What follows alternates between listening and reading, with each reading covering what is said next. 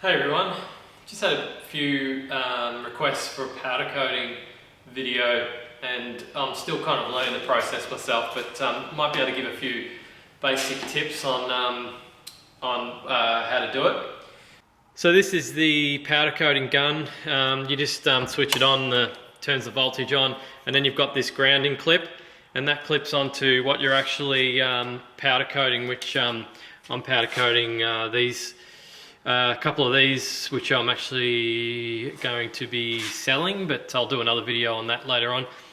So the ground has to travel through obviously to the thing that you're actually powder coating, and you've got to make sure that there's that whatever's grounded, like these bits of metal, aren't too close to your actual enclosure, because it actually repels the powder from the enclosure. This was such a hard lesson for me to learn, but I finally worked out what the problem was.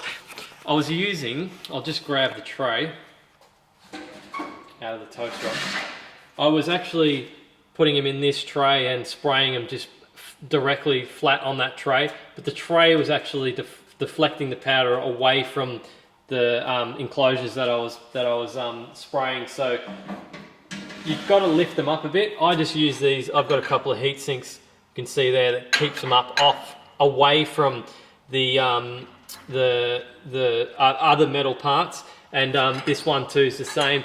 So you can see that that's actually a bit close, and even that little bit there will actually deflect the powder off the side. So I'll probably reposition that so it's not so close, but yeah, you just got to make sure there's nothing that's around it. And this metal bucket thing's probably not such a smart idea, because it's creating the same sort of problem. Although I haven't really had that many problems with it though, but I might just get a plastic bucket down the track instead.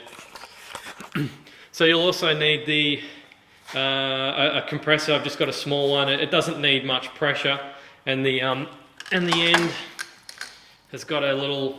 You get this with the well, I got one with my powder coating gun. It's like a moisture filter, and that goes into the bottom of the gun there. So that screws into the bottom of that, and then you put the powder. This one takes powder. It goes in the top.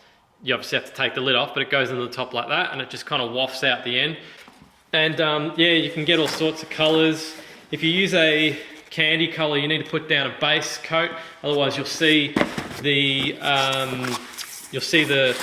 defects in the actual bare aluminium enclosure come through the candy, because candy's obviously clear, so you'll see it actually come through. So yeah, you can get all sorts of colors. Like that's the silver. That's actually the silver that I just put on that pedal that you just saw before. This one's called root beer. These these are actually Lure powder coating powders, and although they work fine, I think they are very refined. I get a few specs and things, they're quite small, but I don't know if you can see on that, there's a few specs. Oh, there's a few on the front there.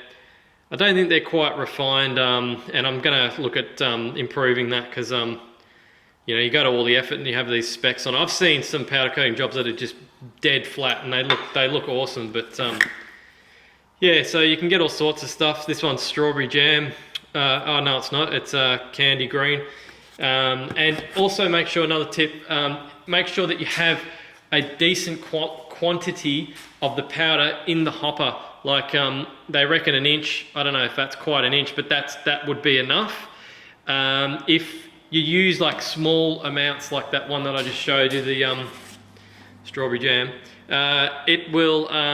That's not enough. It'll sputter out the end, and it won't cover it properly. You need a good stream of powder coming out the end of the gun. Otherwise, it does a really crap job. That's another lesson that I took some time to learn. So these ones, they're pretty low. I mean, I can't even use that. It's not enough in it.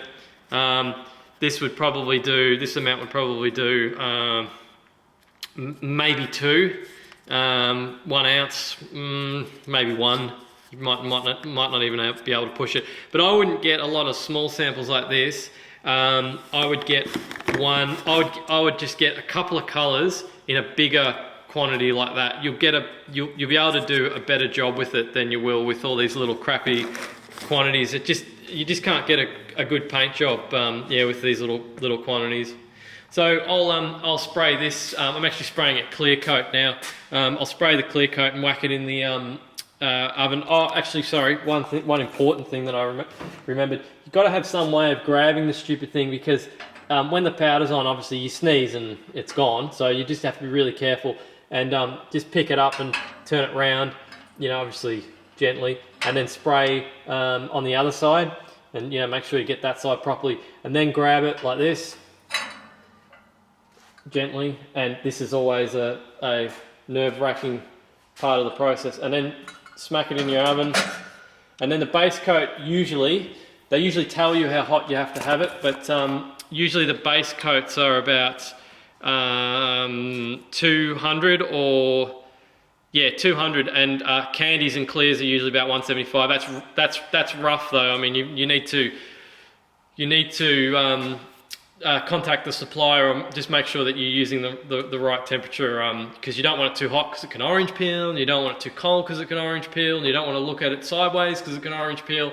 And also whack it on for when you start seeing when it starts curing, all this smoke starts coming out of the oven.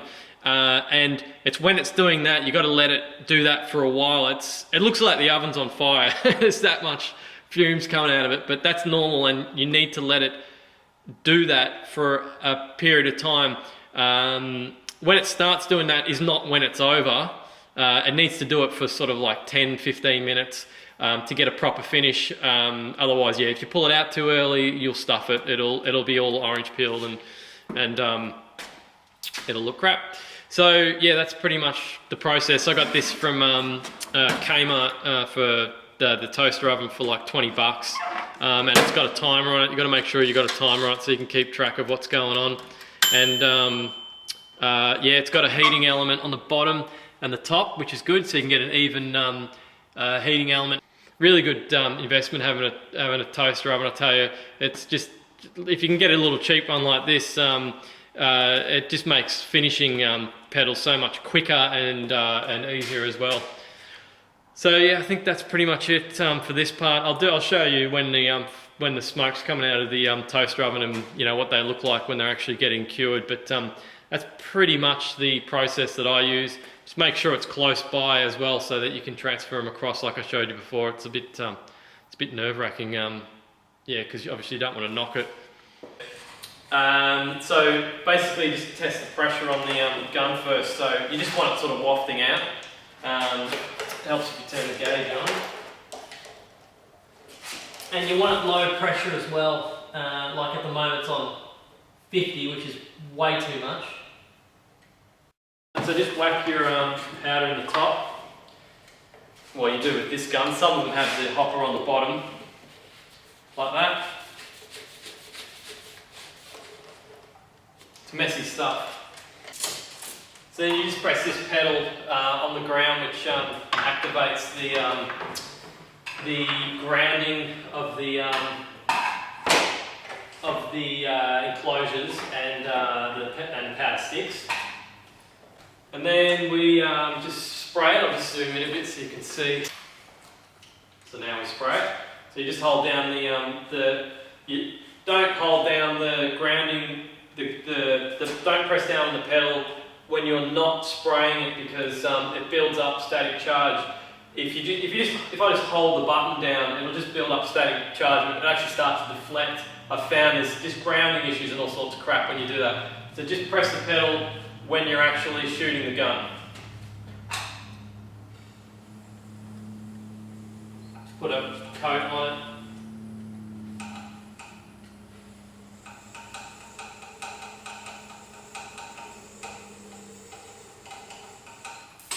Not too much.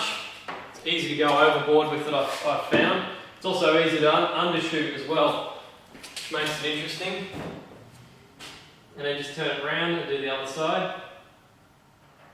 And also preheat the oven. Make sure you don't sneeze when you do that. And then I'll just grab the camera so you can see what it actually looks like. This is, as I said before, this is the a clear coat. So, sorry, zoom out. So yeah, you can see it's just got the white powder on it. And then it goes clear when it melts. It's kind of like a plastic. Yeah, so I'll just do the other side of that, whack it in the oven, and I'll show you once it starts to warm up how it goes clear. So now they're in the oven. They've only been in there for like 10 seconds, but I just thought of something I wanted to say. I think the quality of the powder actually, yeah, like I was saying before, the lure powder really comes into it. If you get the good quality stuff like from powder coating, Columbia coatings, their stuff always looks good. I've seen people, amateurs, using their stuff, coming up with awesome looking paint jobs. I'm always having trouble with this lure paint. I don't think I'd get it again. Like on the sides, it doesn't stick that well, and you know, like I showed before, it's got little imperfections too.